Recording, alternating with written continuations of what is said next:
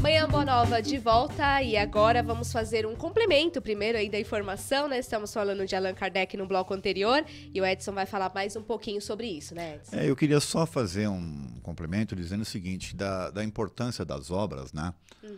O próprio Kardec estabeleceu, e a própria espiritualidade, quando organizou, estabeleceu a importância. Então começa pelo Livro dos Espíritos, na sequência o Livro dos Médiuns, depois Evangelho, e aí Céu e Inferno, E a a Gênese. Gênese, né?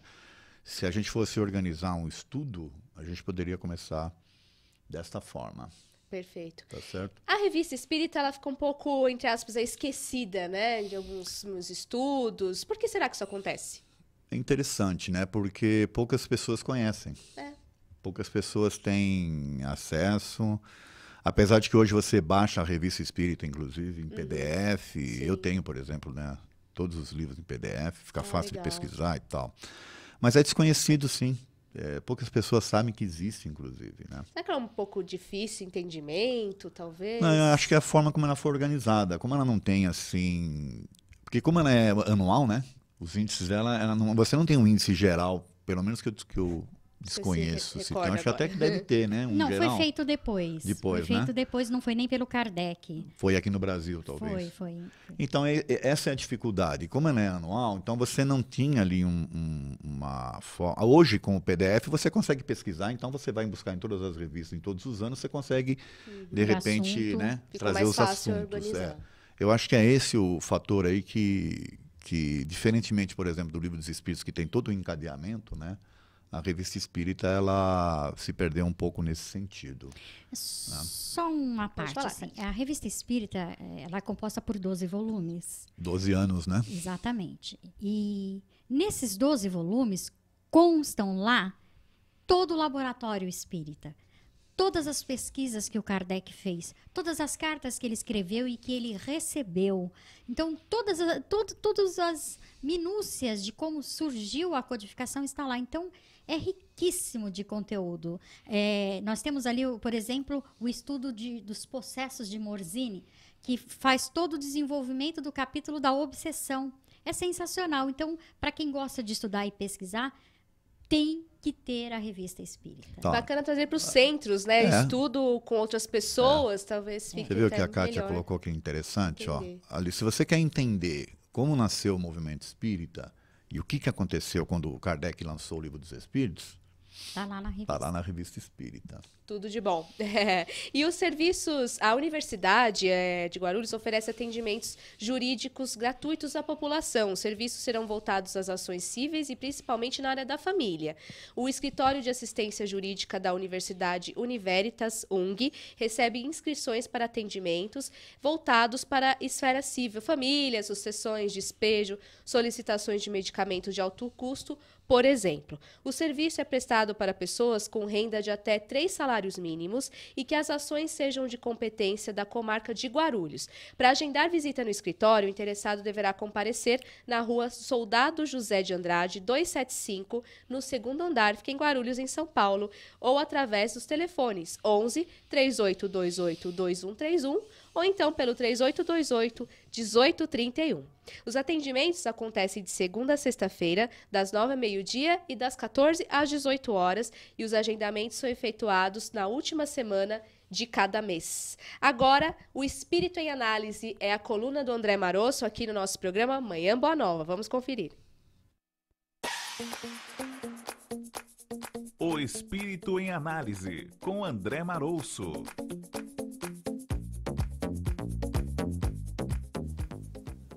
Em João, capítulo 14, versículo 12, encontra-se: aquele que crê em mim, esse também fará as obras que eu faço, e as fará maiores do que estas. Essa passagem de Nosso Senhor nos deixa claro nosso desiderato como espíritos rumo à perfeição. Somos co-criadores do universo e submetidos a leis imutáveis, haveremos de inevitavelmente ascender em inteligência, em controle emocional, em capacidade de compreender as leis do mundo material e do mundo espiritual. E a partir desse conjunto de conquistas, haveremos de cada vez mais nos tornarmos responsáveis pela evolução deste mesmo multiverso a que somos parte integrante. E para que cada vez mais tenhamos condições de treinamento na escola de Cristos, a paternidade, a família, os laços sociais são o laboratório de provas e expiações para a nossa evolução. Quando conhecemos a história dos grandes heróis da humanidade, não raro nos colocamos em considerável distância entre nós e estes personagens. Como podemos nos imaginar na condição de fazer o que fizeram os grandes da Terra? Como aceitar mais de 20 anos de prisão e perdoar aqueles que lhe aprisionaram, conduzindo a África do Sul para a paz, como fez Mandela? Como liderar a libertação de uma nação oprimida sem derramar uma gota de sangue e tornar-se a personificação do amor, como fez Gandhi? Como não aceitar as comodidades de uma vida de contemplação e oração e, ao contrário disso, sair às ruas para cuidar dos pobres e adoentados da Índia contra tudo e contra todos, como fez Madre Teresa de Calcutá? E na história da humanidade, contabilizam-se heróis e heroínas em todas as épocas. E como dissemos, nós colocamos um abismo entre nós e eles. Afinal, o que fizeram é muito perto de nossos frágeis ombros. A reencarnação traz a resposta. Estes superespíritos estagiaram em encarnações pretéritas, treinando no ambiente do microcosmos social. Foram certamente aquelas mães abnegadas a debruçarem-se em educar os filhos que receberam no lar. Foram os pais que souberam sacrificar-se pelos rebentos que a providência vos outorgou a guarda. Os esposos que serviram os companheiros de jornada, fazendo do matrimônio a sacrossanta instituição da renovação das mentes e dos corações. Certamente, nesse estágio evolutivo, estes espíritos foram os profissionais que souberam calar diante da discórdia em ambiente profissional. Foram os cidadãos que aprenderam o valor do perdão na convivência social.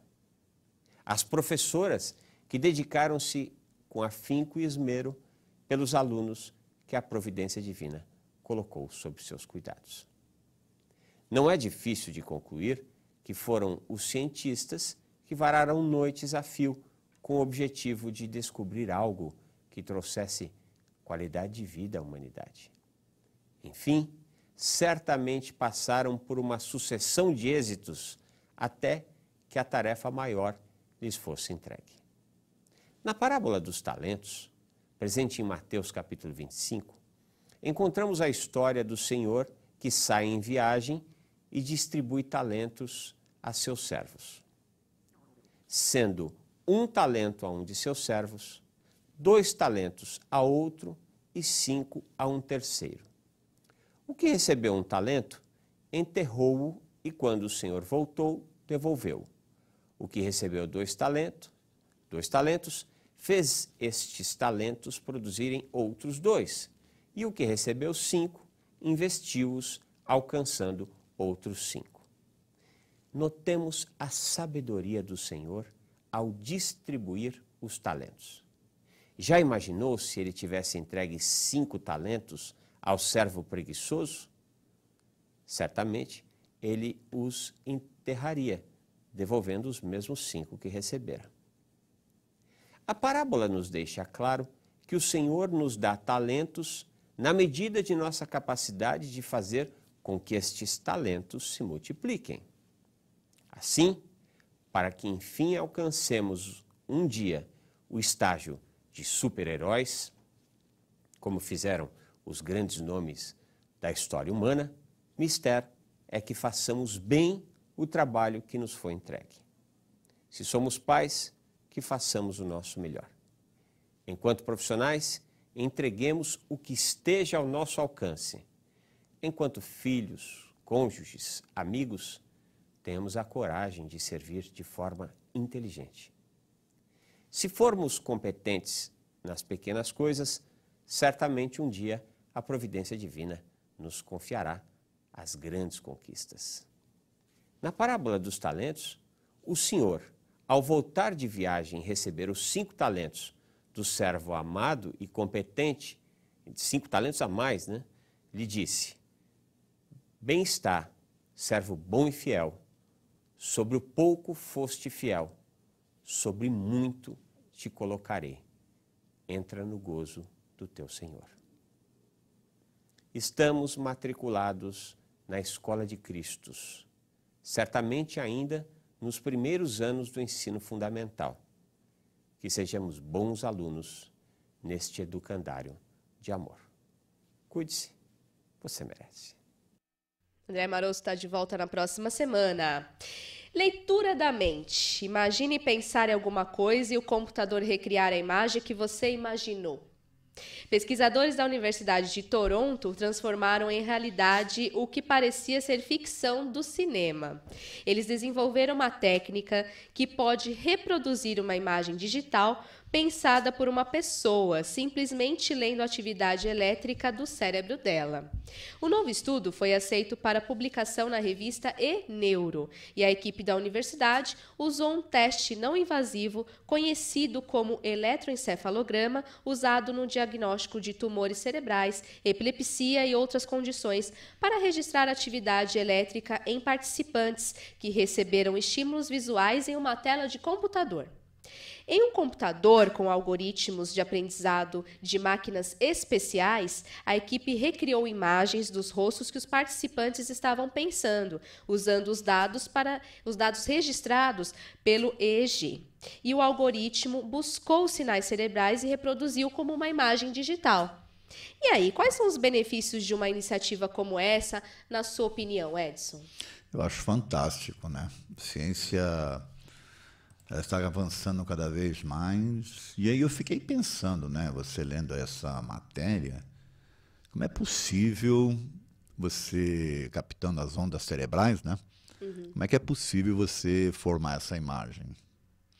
Porque até onde a gente sabe, o cérebro, ele ajuda, por exemplo, nós que olhamos, o olho, na realidade, ele capta e quem organiza tudo é o cérebro, tá certo? Para nos dar as imagens. Né? Não é o olho.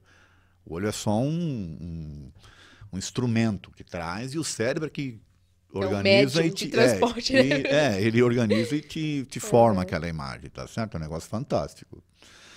Por outro lado, nós sabemos que o espírito, ele é em a parte do cérebro. Né? Existem estudos aí de neurologistas, até de pesquisadores, que comprovam, quando a pessoa está em coma, por exemplo, induzido ou não, está em coma, o cérebro não tem impulsos elétricos. E a pessoa consegue guardar e trazer memórias daquele período em que o cérebro ficou parado, vamos assim dizer. Stand-by, né? Ficou lá em stand-by. Como é que ele pode reter? Então, já nesse sentido, você tem aí uma comprovação de que é o espírito que traz e pensa e retém, e depois traz para o cérebro, que na realidade é um instrumento, tá certo? É uma máquina, né? Eu acho de extrema importância que isso esteja acontecendo. Eu acho que se isso realmente for proveitoso, se isso realmente se der continuidade e a gente conseguir chegar num equipamento que seja mais afinado, fatalmente os cientistas vão acabar descobrindo a existência de um ser, né, ou de algo além, que vão compor que eles vão acabar descobrindo a alma, né? Ou, no caso aqui, o espírito, tá certo? Certo. Depois eu posso falar um pouco mais desses pesquisadores que eu tenho, os livros que eu li aí, eu posso falar um pouquinho mais. Mas eu quero ouvir a Kátia também. Tem muito o que falar, porque assim, eles estão pesquisando algo material sobre outro algo material, que é o cérebro, né? Então, eles estão limitados a ter o resultado que este cérebro vai impingir para eles. E para por aí. E aí, como bem disse o Edson, tem algo além disso. E que pode ser que os algoritmos não consigam atingir, né? Então, a gente quer que eles avancem? Queremos. Mas ao limite, né? Porque eles estão lidando com material. E lidar com material para estudar algo que não é material não vai ter resultado. É verdade. E sobre os nossos... Pode falar, fala o Não, eu complemento. queria, até complementando a Kátia, se você parar para pensar, o cérebro ele tem que estar em plena atividade para eles conseguirem fazer esse tipo Isso. de experimento, né? Então, na realidade, quem está alimentando o cérebro é o espírito, tá certo? Porque se o espírito não estiver ali para alimentar, o cérebro vai estar lá paradinho, não vai ter... Se eles, por exemplo, fizerem esse experimento com alguém que está em coma, talvez eles não consigam... Não tem o resultado. Eu estou falando talvez, tá? Porque eu não uma sei como é que hipótese. funciona aí o...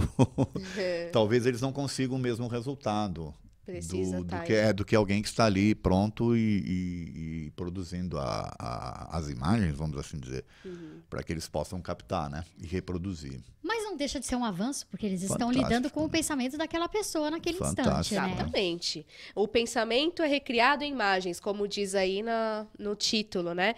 E sobre o pensamento aí, como é que a gente faz para vigiar nossos pensamentos, Kátia? Olha, essa máquina seria muito boa para se obtê-la e tê-la nas câmaras, né, de deputados, vereadores. Seria sensacional, porque seria o freio primeiro Com certeza. de todas as intenções dessa gama de auxiliares que a gente Poxa põe vida, lá hein? para trabalhar por Tá nós. precisando, né? Infelizmente, a gente precisa de freios ainda, né? Você veja, uma máquina capaz de recriar um pensamento da gente, trazendo a conhecimento o que a gente pensou. Isso é legal, isso é importante. Por exemplo, de certa forma isso já era feito, mas não em forma de figuras, mas era feito em forma de decodificar e transformar isso em som, que era o que o Stephen Hawking usava, né? É verdade. Então, Ele o tinha- cérebro dele mandava e aí transformava em palavras. Olha o que ele fez. Com Exatamente. isso. É. Ele utilizou dessa... Magnífico. É muito legal. Edson? Eu acho que para você vigiar seus pensamentos, você precisa ter consciência de quem é você. E nós sabemos que nós somos influenciados o tempo todo, né? Aliás, questão 459 do Livro dos Espíritos. Vamos lembrar? As influências. Os espíritos influenciam nos nossos pensamentos, nos nossos atos. Mais do que a gente Mais imagina. do que a gente imagina, certo? Às vezes a gente fala muito aqui dessa questão porque ela é de extrema importância.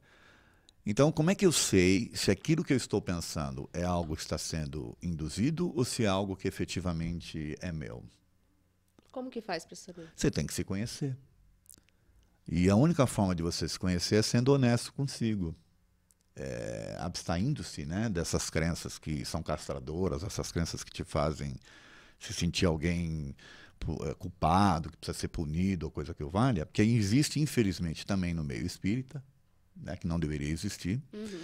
E aí a gente cria ali, somos induzidos, né, a ter ideias, como eu já falei de novo, castradoras, que fazem com que a gente não se permita saber quem somos de fato. Aí você não consegue, se você tem esse tipo de ideologia, né, esse tipo de forma de pensar, você não consegue abstrair-se, né, e vigiar seus pensamentos. Tá certo? A única forma que você tem de fazer isso é se conhecendo. Eu tenho por mim o seguinte, eu não me incomodo muito com isso. Entende? Porque se eu começar a me preocupar com esse tipo de coisa, aí nós vamos viver direito. Tá certo? Então o que eu faço? Eu tenho uma filosofia de vida que é de tentar fazer sempre o melhor. Quer dizer que eu vou acertar sempre? Não. Não, né, Kátia? Que a Não gente dá, vai. né? Mas eu tento fazer sempre o meu melhor. Tá certo? E eu acho que não tem coisa melhor do que você não se preocupar em ficar vigiando. Por quê? Porque você sabe que você está tentando fazer o seu melhor. Mas você também tem que ter a hombridade de reconhecer quando aquele teu melhor não foi tão bom assim. Tá certo? Não sei se ficou claro, porque se você começa a se preocupar em, puxa, eu não posso pensar isso, eu tenho que vigiar, você não vai viver, Não mesmo. não vai. Então é melhor que você afrouxe, que você se solte, tendo a certeza que não há punidade, né, que não vai condenação premeditada e tal, e que você procure fazer sempre o seu melhor, porque assim é a única forma que você tem de aprender, É verdade. de saber quem é você de fato. E muitas pessoas que só têm mais pensamentos aí pessimistas do que otimistas, né? Porque são induzidas, é o que eu estou falando aí, né? Exatamente. E aí tem uns prejuízos aí espirituais, psicológicos, físicos também, né, Kátia? Então, existem os dois lados, né? Existe essa indução que as pessoas se deixam levar pelas outras, pelo mar, aí as pessoas vão tudo atrás, né? As redes sociais fazem os isso, carneiros né? de Panúrgio, né? Tem lá, os Lamenais fala sobre isso. Lança a ideia, vai todo mundo atrás, que nem carneirinho. Então, e tem também o problema físico pura e tão somente falando, que são problemas neurais, onde a pessoa não consegue, já é comprovado cientificamente, ter pensamentos bons. Olha só, o cérebro briga com ele próprio. O cérebro impede que ele construa pensamentos positivos, que ele construa. Então, aí precisa de medicamentos, precisa de psicoterapia, precisa de um auxílio médico. Então, há que se observar isso. Tá com muito pensamento negativo, meu amigo, procura um médico. Urgente. Não espera, isso vai mudar, porque isso pode se tornar uma constante e, às vezes, a doença não está instalada e você pode reverter. Se não há a doença, se não há o problema quimicamente comprovado. Agora, não havendo, obviamente, treino, como ele bem falou. O primeiro treino, se conhecer. Ele deu a chave. Ele deu as reflexões, né? Essa reforma íntima, conheça né? a ti mesmo. É o básico para que a gente consiga evoluir. É para isso que a gente está aqui. Essas, vamos colocar assim, atribulações que a gente tem no dia a dia nos desviam disso, né? E aí entra também o orar e vigiar, né, Edson? Eu gosto muito lá da questão 919, eu de novo aqui falando de Livro dos Espíritos, né? A questão 919, que o Santo Agostinho, o Kardec pergunta, né, como é que ele fazia para ele se conhecer. Porque quem falou qual seria o meio mais eficaz de você se melhorar nessa vida foi o Santo Agostinho dizendo, conhece-te a ti mesmo, tá certo? Aí na sequência o Kardec fala, mas como é que a pessoa pode se conhecer? Então ele fala, fazer como eu fazia. O que ele fazia? De noite, antes de dormir, ele fazia uma reflexão diária das atitudes dele. Mas é aquilo que eu falei, ele era honesto com ele, entende? Ele era sincero com ele mesmo, ele não tinha medo, né, receio de avaliar uma atitude negativa ou errada que ele tomou, entendeu? E ele fazia isso toda noite e isso ajudou-o a se conhecer de fato. Sem pudores, né? Sem receio. Parece história da carochinha, né, Edson? Mas não é. E é tão simples e possível. Não é algo divino, não é algo dificultoso. Não é algo que está ao seu alcance, né, trabalhoso. Kátia? Depende só de você, certo? Exato. Verdade. E o quanto isso faz bem para nós, né?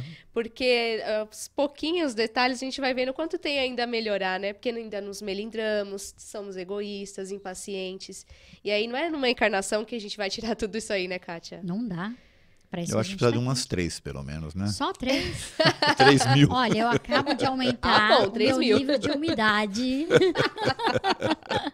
É verdade. Mas posso fazer um complemento? Claro, dá tempo. Eu acho que não tem pessoa que se conheça de fato se ela não for sincera. E para ela ser sincera, ela tem que ter uma boa dose de autoaceitação e de auto-perdão. Verdade. Porque, infelizmente, a gente é induzido, né, a ter sentimentos negativos de nós mesmos, né? Porque se você, por exemplo, faz uma coisa que não agrada uma determinada pessoa, pode ser até um membro mesmo da tua família. Aquela pessoa vai reagir e você já vai se sentir mal porque você não fez como a pessoa queria. Tá certo? Então, como a gente tem essa educação, nós somos formados, né, para ter essa educação desta forma, onde você traz para si as responsabilidades dessas coisas, fica difícil. Por isso que você tem que ter uma boa dose de autoaceitação e uma boa dose de auto-perdão para isso. Essa mania, vamos dizer assim, esse costume da gente pensar, às vezes, mais do lado pessimista aí, até pela mídia, né, do que a mídia nos traz todos os dias, isso já vem de outras vivências passadas aí, Kátia? Um vício, vamos dizer assim? Como que é isso? A construção do ser. A gente tem mania de querer separar o que é o nosso vício de nós. Como se o vício fosse algo à parte de nós. É não, alguém que é de outro. Né? Ele é um outro organismo, né? Não, isso faz parte, é nosso, faz parte da nossa construção. Nós trouxemos e precisamos talhar isso. E não está errado fazer essas experimentações. Errar é necessário para que a gente possa observar este erro e acertar. Porque ninguém acerta sempre e logo de primeira, porque senão não seria um ignorante. E todos nós nascemos simples e ignorantes. E é nos erros e acertos que a gente vai aí talhando, construindo o nosso ser. Não tem jeito. Errar faz parte, então. Faz parte. Né? E tem um detalhe, também um dos ensinamentos dos espíritos é que se nós estamos habitando a Terra e encarnando, é porque a gente ainda precisa evoluir, precisa aprender coisas, tá certo? E você só aprende se você fizer, se você vai errar, vai acertar, e aí você vai fazendo um balanço, né? E é assim que você vai evoluindo. Falando assim em termos de mamãe, né? Você vai criar Mamãe um de bolo. 5 filhos. Você vai criar vai fazer um bolo. Não tem receita. Você começa a fazer as experimentações de quantidade, de ingredientes até acertar o ponto do bolo Isso aí. corretamente. Eu já fiz um meio cru e fiz um queimado. Uma hora você acerta. O que importa é tentar. Eu tô tentando. Eu, por exemplo, se for para cozinha, só vou fazer o queimado. Olha, gente, ele já está desistindo antes mesmo de Não, começar. brincadeira, A gente eu cozinho falando- bem, viu? Falando disso na Páscoa.